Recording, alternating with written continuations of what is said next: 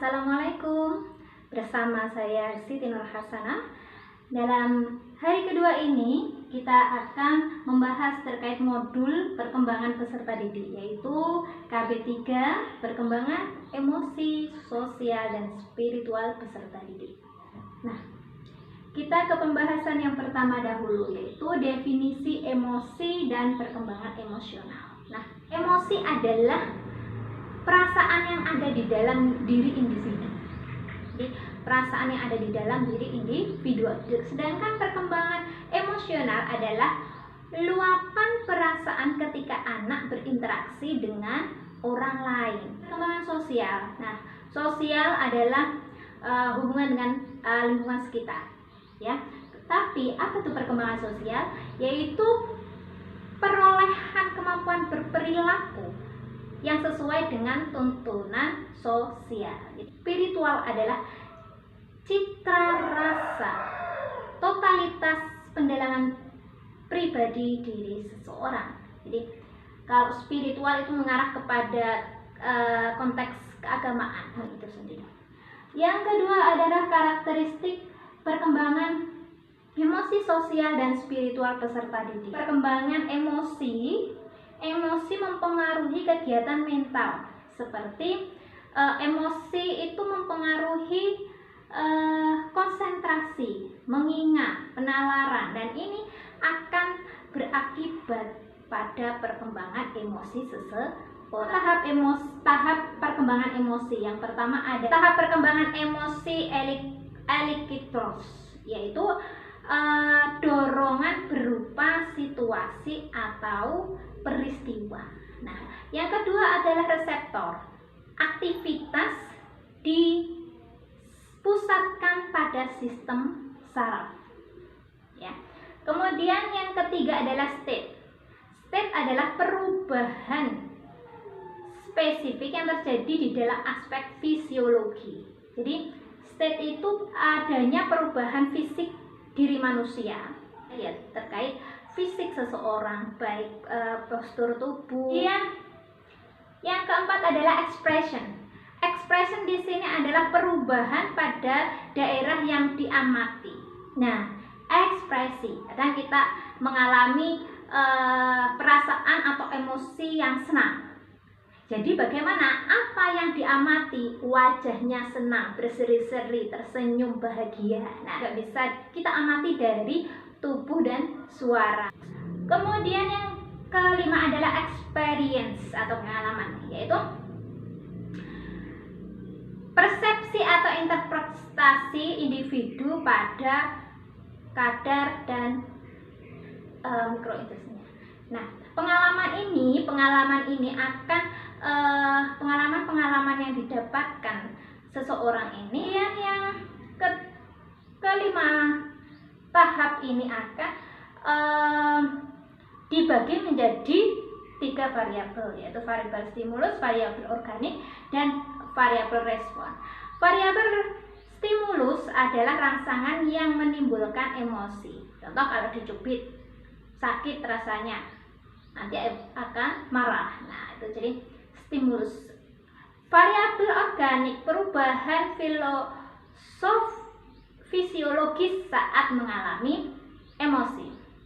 Jadi perubahan-perubahan muka, wajah, tubuh, suara, dan lain sebagainya itu menandakan bahwa variabel tersebut telah mengalami suatu perubahan emosi. Kemudian faktor respon. Faktor respon adalah pola sambutan ekspresi atas terjadinya pengukuran energi emosi, yaitu pengalaman emosi. Nah, ini adalah perkembangan emosi, ada 5 tahap dan dibagi menjadi 3 variabel. Yang kedua adalah tahap perkembangan sosial. Tahap perkembangan sosial ini ada 8 tahap dan ada rentan usia di sini dari tiap-tiap tahapnya. Yang pertama adalah trust versus mistrust, yaitu rentan usia antara 0 sampai 1 tahun. Yaitu apa itu trust versus mistrust itu tingkat perkembangan sosial yang yang memiliki tanda atau ciri-ciri bahwa anak tersebut telah memiliki kepercayaan diri kepada orang lain. Jadi misalnya dengan supaya dia merasa percaya diri, maka apa yang harus dilakukan? Maka anak tersebut membutuhkan sentuhan dan pelukan. Kemudian yang kedua, autonomi versus shame, yaitu rentan usia antara 2 sampai 3 tahun. Pada usia itu anak dikategorikan anak nakal atau masa anak nakal atau masa anak pemberontakan. Nah, di sini anak sudah mulai ingin ke sana, ingin lari ke sana, ingin mengambil sesuatu tanpa menghiraukan dari lingkungan sekitar, ya. Nah, apa yang dibutuhkan kalau anak pada situasi usia 2 sampai 3 tahun ini, yaitu membutuhkan dorongan dalam pengembangan motorik dan mental, supaya perkembangan motorik dan mentalnya itu terarahkan, karena dalam usia itu perkembangan motorik dan mentalnya itu sangat pesat sekali. Yang ketiga adalah inisiatif versus guilt, terjadi pada usia rentan 4 sampai 5 tahun, ya. Pada hal ini ada tanda-tanda anak itu banyak bertanya dalam segala hal ditanyakan. Jadi ditanyakan. Keempat, industri versus inferiority yang terjadi pada rentan usia 6 sampai 11 tahun, yaitu ditandai dengan anak sudah bisa mengerjakan tugas sekolah dan termotivasi untuk belajar di sini. Kemudian tahap yang kelima yaitu ego identity versus role on fusion, yaitu yang terjadi antara rentan 12 sampai 18 atau 20 tahun. Pada masa ini manusia ingin mencari identitas dirinya, yaitu ingin ditandai dengan ia ingin memegang peran sosial. Dan yang keenam adalah intimacy versus isolation, yaitu terjadi pada rentan usia 18 sampai 20 tahun. 18 atau 20 sampai 30 tahun. Ya. Pada masa ini manusia siap mengalami hubungan intim dengan orang lain. Yang dimaksud di sini hubungan intim adalah siap berkomitmen atau menjalin hubungan pernikahan.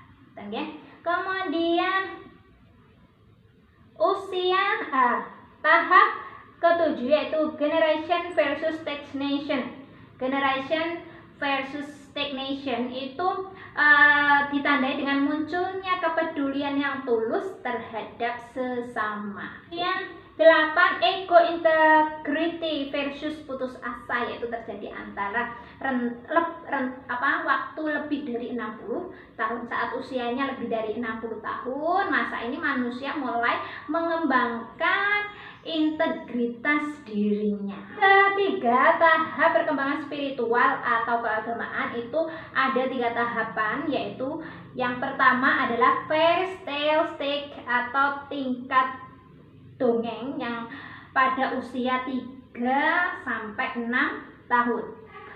Ketuhanan dipengaruhi oleh dongeng, dipengaruhi oleh cerita-cerita fantasi dan emosi. Jadi peran. Kemudian yang kedua adalah the reality stage atau tingkat kenyataan, terjadi pada usia 7 sampai 12 tahun atau terjadi saat usia anak sudah sekolah di tingkat sekolah dasar.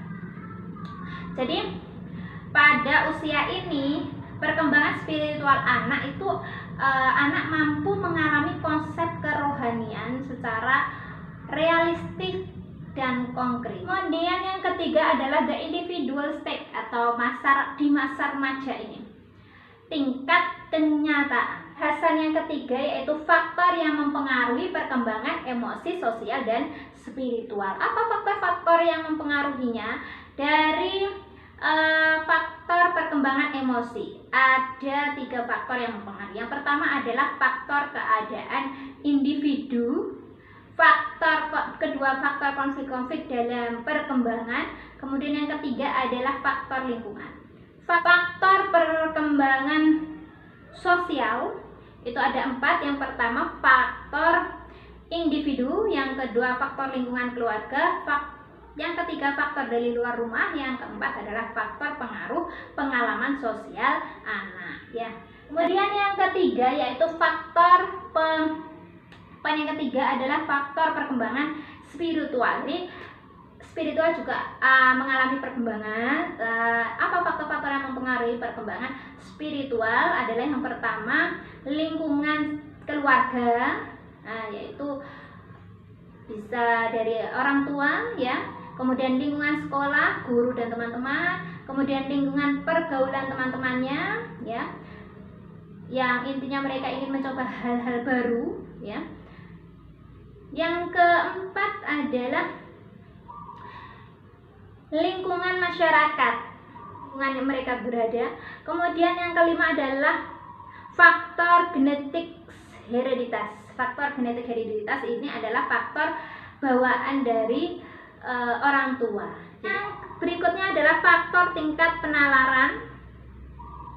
Semakin tinggi penalarannya maka semakin meningkatlah perkembangan spiritual anak tersebut. Kemudian yang terakhir adalah teknologi. Nah, teknologi di zaman saat ini itu memegang peranan yang sangat penting karena teknologi ini bisa berfungsi sebagai hiburan dan juga sebagai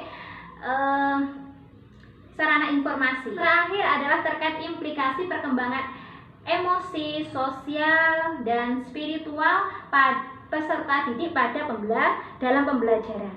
Perkembangan emosi peserta didik dalam pembelajaran itu yaitu emosi anak masih berubah-ubah.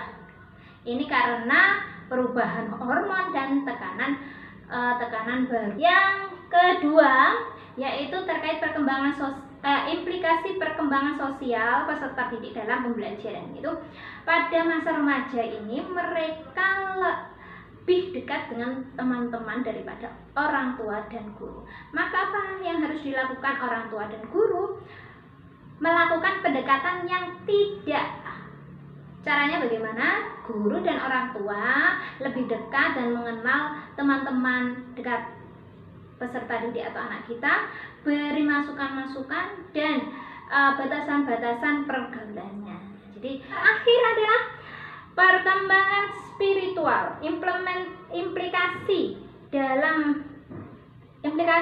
perkembangan spiritual peserta didik dalam pembelajaran, yaitu orang tua dan guru hendaknya menanamkan nilai agama sejak dini dan mengembangkan moral spiritualnya. Hal ini itu sangat berpengaruh karena dalam hal ini anak nantinya akan berhati-hati dalam bertindak sesuai nilai dan norma agama.